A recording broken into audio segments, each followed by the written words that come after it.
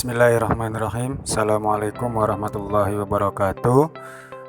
Para siswa-siswi SMP Anur kelas 9, kita kembali ke materi pembelajaran matematika. Sekarang kita memasuki bab tentang kekongruenan dan kesebangunan. Jadi ada dua yang kita bahas, kongruen dan kesebangunan. Tapi dalam bab ini awalnya saya ingin membahas tentang kesebangunan terlebih dahulu. Silakan kalian ikuti video pembelajaran ini, dan apabila ada yang kurang jelas bisa ditanyakan atau diulang-ulang videonya. Oke, langsung saja kita bahas tentang kesebangunan terlebih dahulu. Sebelumnya saya ingin menjelaskan tentang contoh atau konsep kesebangunan dalam kehidupan kita sehari-hari. Nah, sebenarnya kita sering melihat konsep-konsep kesebangunan dalam kehidupan kita sehari-hari, cuma mungkin kita nggak sadar ya. Nah, yang pertama yang sering kita lihat di sini adalah peta atau denah ya. Kita pernah melihat peta di atlas, baik peta sebuah daerah, sebuah pulau dan sebagainya. Nah, itu menggunakan konsep kesebangunan. Artinya daerah atau wilayah yang sangat luas tapi digambarkan ke dalam media yang kecil, misalkan dalam sebuah kertas atau buku. Nah, itu kan menggambarkan secara keseluruhan wilayah tersebut ya. Makanya menggunakan konsep kesebangunan. Kemudian yang kedua ada miniatur atau maket bangunan. Nah, di sini ada 3 buah gambar miniatur atau maket bangunan. Nah, di sini tuh menjelaskan keadaan bangunan yang sebenarnya seperti apa. Contohnya ini gambar rumah nih, maket contoh miniatur rumah ya. Nah, rumahnya itu seperti ini, cuma dibuat atau dibentuk dengan ukuran yang lebih kecil, tapi bentuknya sama, hanya saja ukurannya lebih kecil. Nah, itu disebut dengan konsep kesebangunan ya, dimana kita membuat sesuatu yang lebih kecil tapi dengan bentuk yang sama dengan menggunakan skala tertentu. Kemudian ada lagi terbentuknya bayangan juga menggunakan konsep kesebangunan ya. Misalkan dalam suatu waktu gitu ya, di bawah sinar matahari, misalkan sebuah pohon bayangannya, panjang bayangannya sekian meter, manusia panjang bayangannya sekian meter. Nah, nanti dengan menggunakan konsep kesebangunan ini kita bisa mengukur misalkan tinggi pohon tanpa kita harus mengukur pohonnya ya, atau kita naik ke pohonnya, itu kita bisa gunakan konsep kesebangunan. Itu beberapa contoh konsep kesebangunan dalam sehari-hari. Nah, kemudian 2 buah bangun datar dikatakan sebangun jika memenuhi syarat-syarat sebagai berikut. Ada syaratnya, 2 buah bangun misalkan segitiga atau persegi panjang atau persegi, itu dikatakan sebangun apabila memenuhi syarat-syarat ini. Yang pertama, panjang sisi-sisi yang bersesuaian dari kedua bangun datar tersebut memiliki perbandingan yang senilai. Contoh di sini ada segitiga. Nah, ini kan ukurannya segitiganya sama, cuma ukurannya beda ya, ada yang agak lebih besar, ada yang lebih kecil.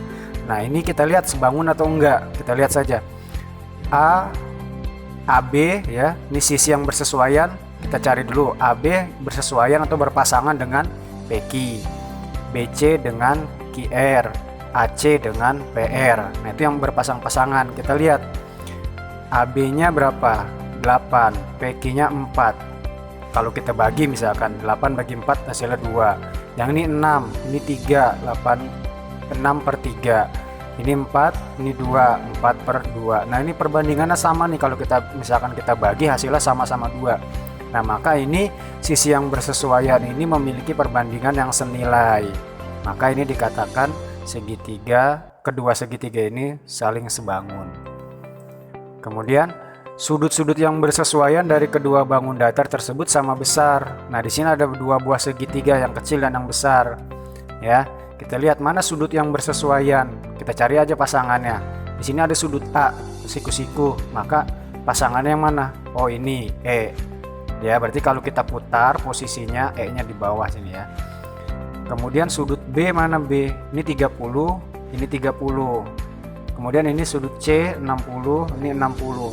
Ketiga sudutnya semuanya yang bersesuaian itu sama besar ya. A dengan E sama, B dengan F sama, C dengan G sama, panjang besar sudutnya. Maka 2 buah segitiga ini dikatakan sebangun ya.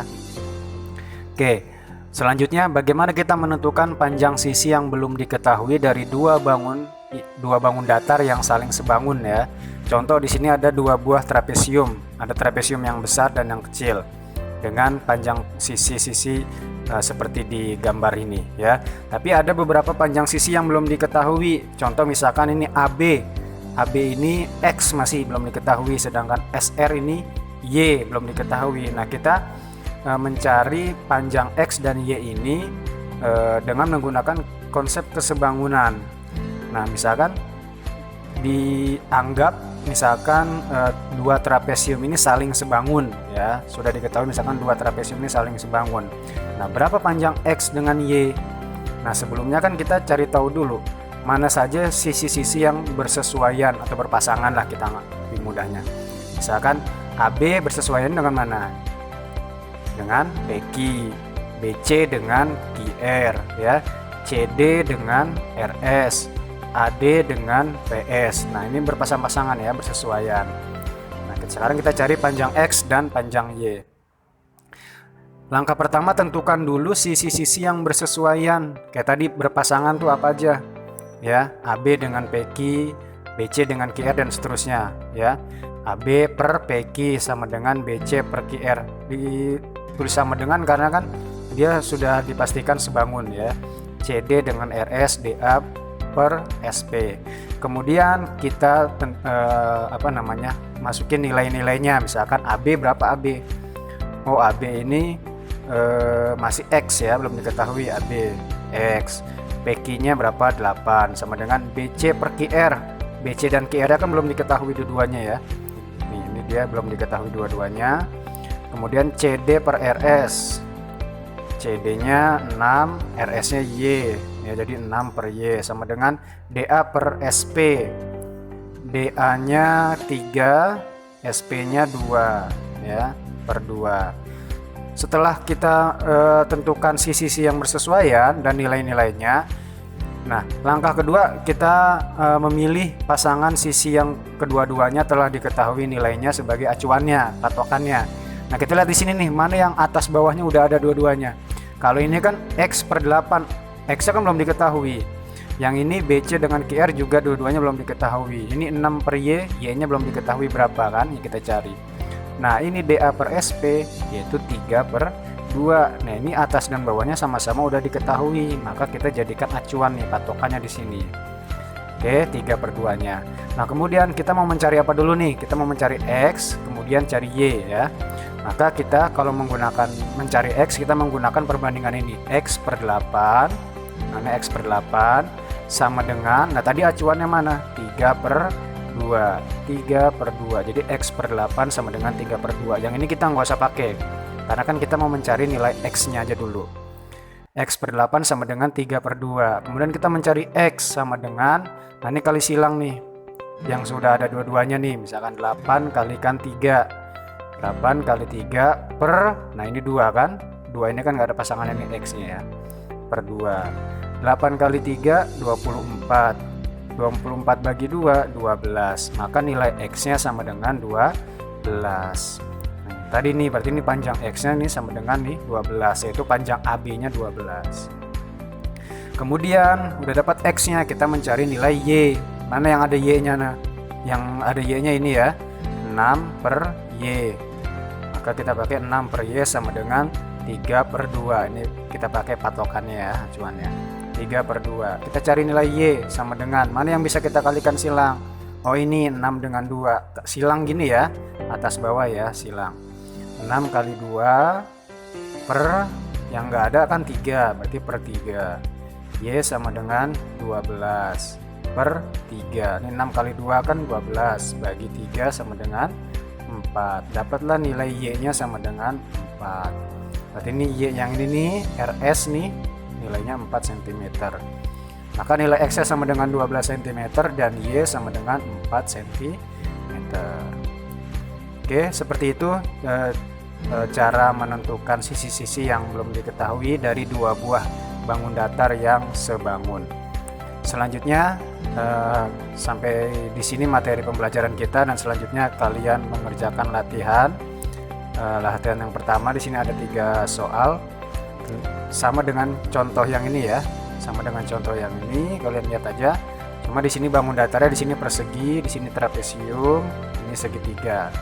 Intinya sama, kalian cari dulu sisi-sisi yang bersesuaian ya. Contoh misalkan ini AB bersesuaian dengan mana? EF ya kan? BC dengan FG. Terus lanjutin, masukin nilai-nilainya berapa ya. Nanti dapat, kita mencari nilai X-nya di sini ya. Kalau yang nomor 1 cari nilai X-nya aja ya. Nomor 2 sama kayak contoh ya, cari nilai X-nya, DA-nya nih AD, dan Y-nya PQ. Caranya sama kayak ini, tinggal dimasukin aja nilainya ya, sesuaikan dengan soal latihan. Yang ketiga sama, segitiga nih, yang bersesuaian yang mana? AB dengan PQ. Nah di sini jangan terkecoh nih, BC dengan, nah ini kan yang panjang kan. Nah di sini antara RQ dengan PR, mana yang terpanjang nih? Kan AC atau CA ini kan pendek, BC panjang. Berarti BC ini bersesuaiannya dengan PR. Ya karena kan dia seperti segitiga yang saling berhadapan ya. Maka ini BC ini perbandingannya atau bersesuaian dengan PR. Kalau AC dengan QR kan sama-sama yang pendek nih ya. Oke, seperti itu caranya, sama seperti di contoh. Silakan kalian ulang-ulang kalau misalkan belum memahami atau ada yang ya, jika ada yang ingin ditanyakan bisa langsung WA ke saya. Oke, selamat mengerjakan, selamat kalian selesaikan latihan ini, mudah-mudahan bisa kalian pahami. Oke, terima kasih. Assalamualaikum warahmatullahi wabarakatuh.